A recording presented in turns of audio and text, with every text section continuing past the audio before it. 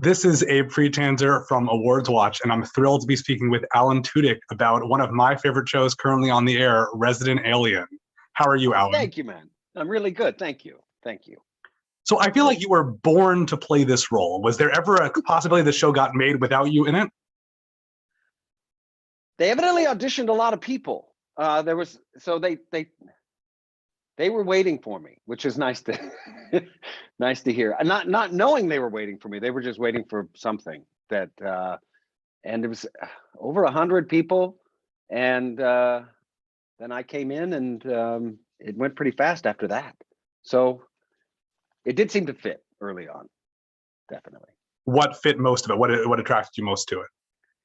I love the idea, for me personally, that he was experiencing, he's an alien who came to Earth who didn't mean to come here. So he's unprepared. It reminded me a little bit of, I loved this one show when I was a kid. What was that? America's Greatest Hero, or the Great American Hero. And it was about a guy who had a super suit, but he didn't have the directions. He lost the directions immediately. So he was super, but he didn't know how to do it. So this guy is an alien who has all these powers, and he's there trying to pretend to be a human, but he doesn't know what a human is.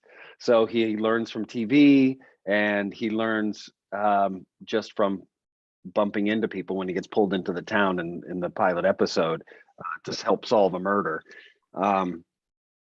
So that opened it up to a lot of physical comedy, and it opened it up to like just speaking, how not only do you learn a new language, but you're learning a new language with a new mouth, because his mouth is shaped completely differently.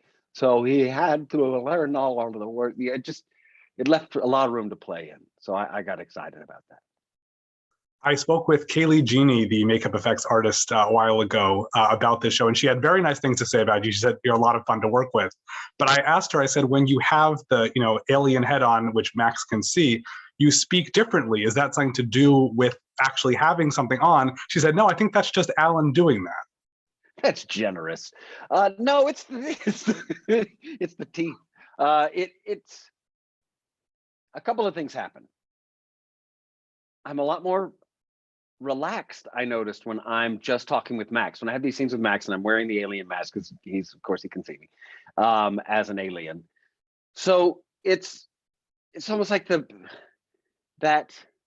pretense is gone.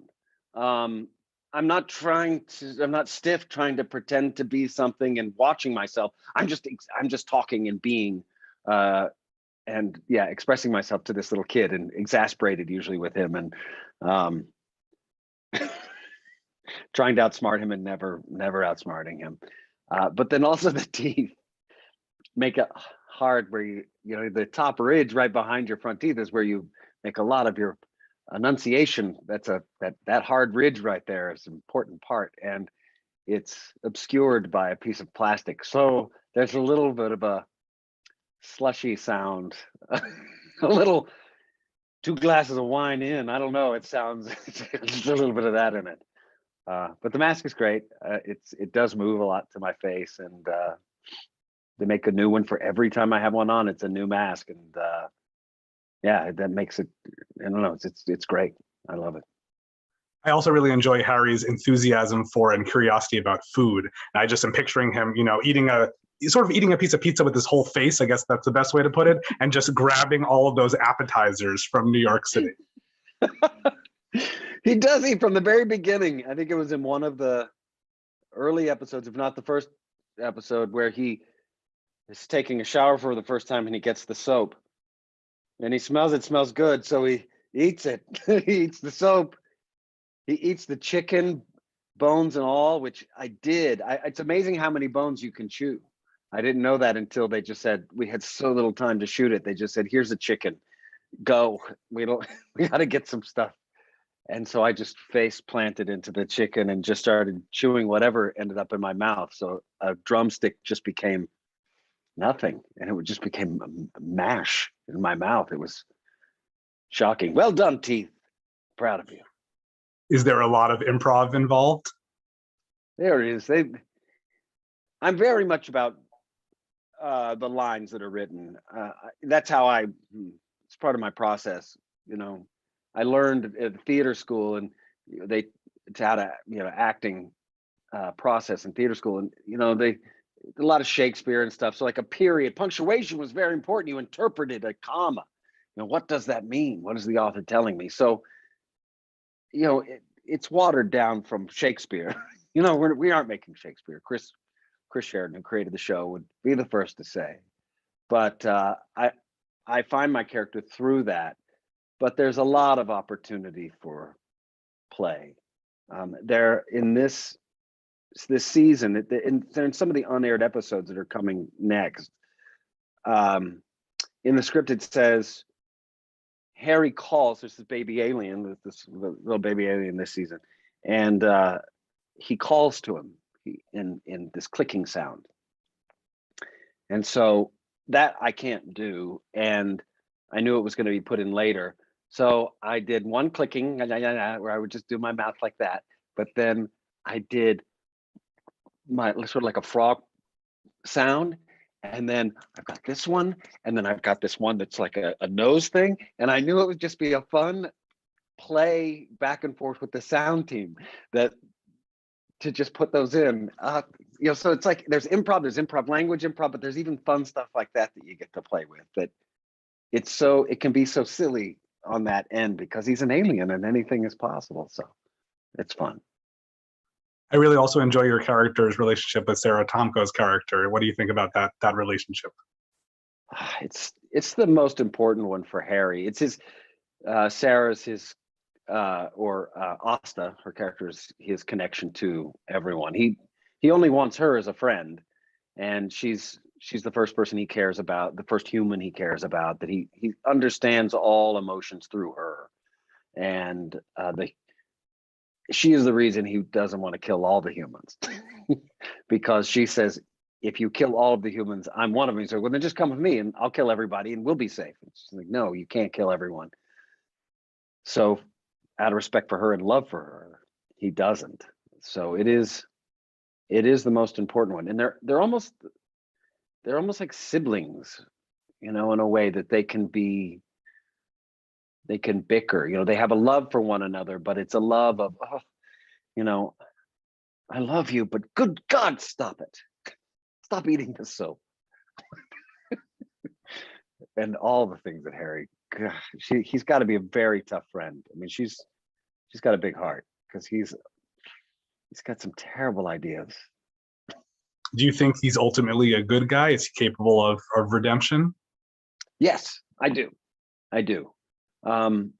Especially the way the rest of the season, which people haven't had a chance quite to see yet, that becomes that's more in focus.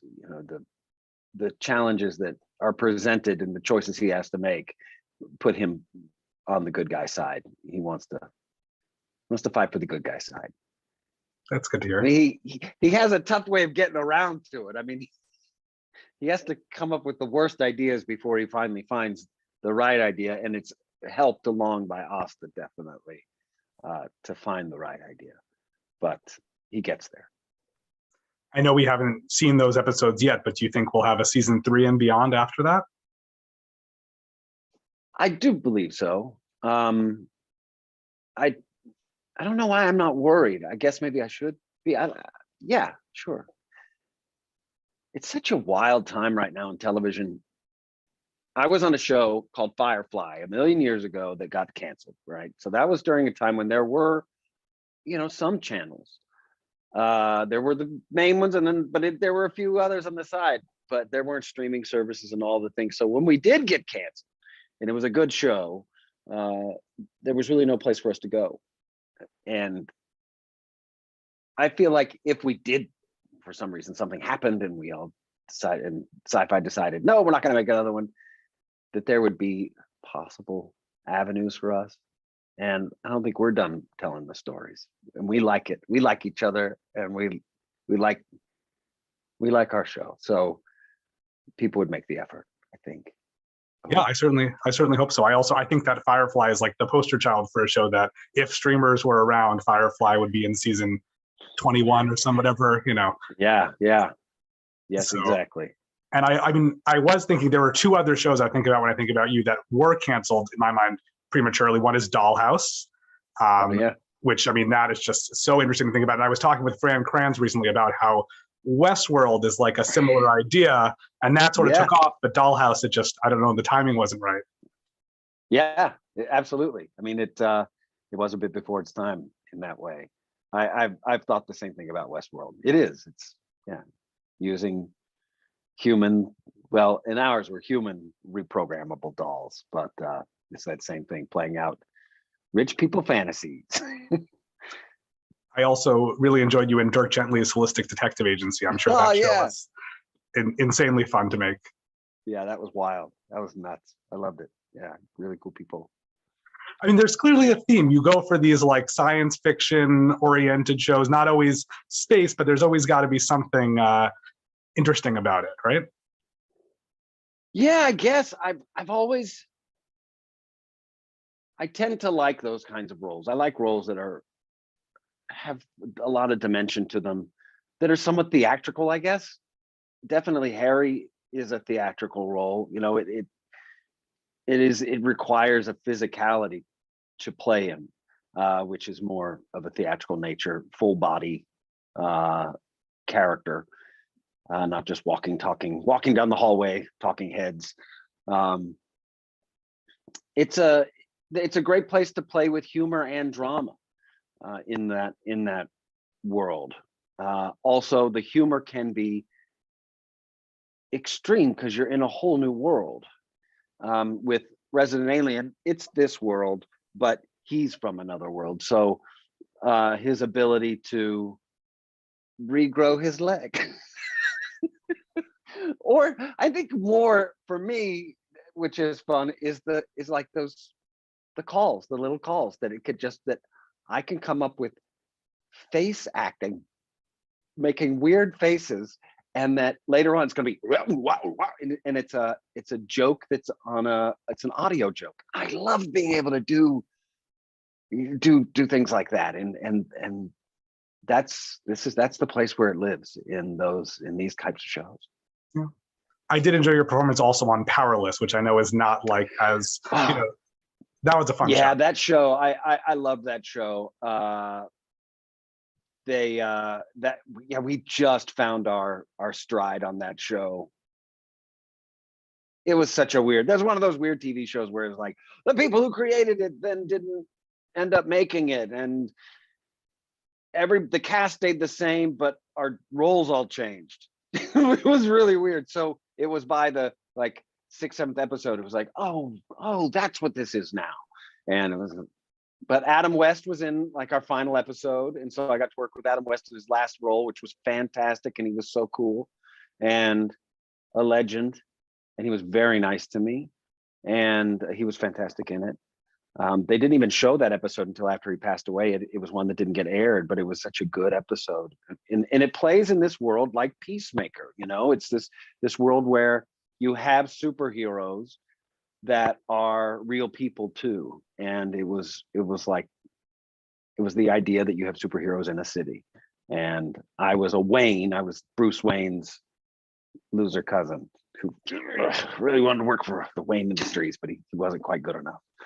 So it was doing what a lot of shows are doing now, and I thought they did it really well. But they're making that Quinta Bronson's new show now, which is so fantastic. So I mean, those guys, and I also work with the same guys, Harley Quinn on HBO, which is an animated show, and so I'm still working with them. So it's still a lot of fun. But they're smart and funny.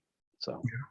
Well, before I let you go, I want to take advantage of you mentioning DC properties a number of times to talk about Doom Patrol, which I think is so fascinating, and I think your character was so incredible. Is there a chance that we'll see Mr. Nobody again, or is he still stuck on a painting somewhere? He's stuck in a painting. I wish that job came at a weird time. It came sort of on. I got that job and Resident Alien in the same week, and the way that contract worked, it was on a streamer in the beginning, that streamer that doesn't exist anymore. And so I feel like Resident Alien took over, and now that isn't really an option. I would be very open to it. It was very fun. And it's another really cool another one of these cool shows that is kind of sci-fi, kind of superhero world.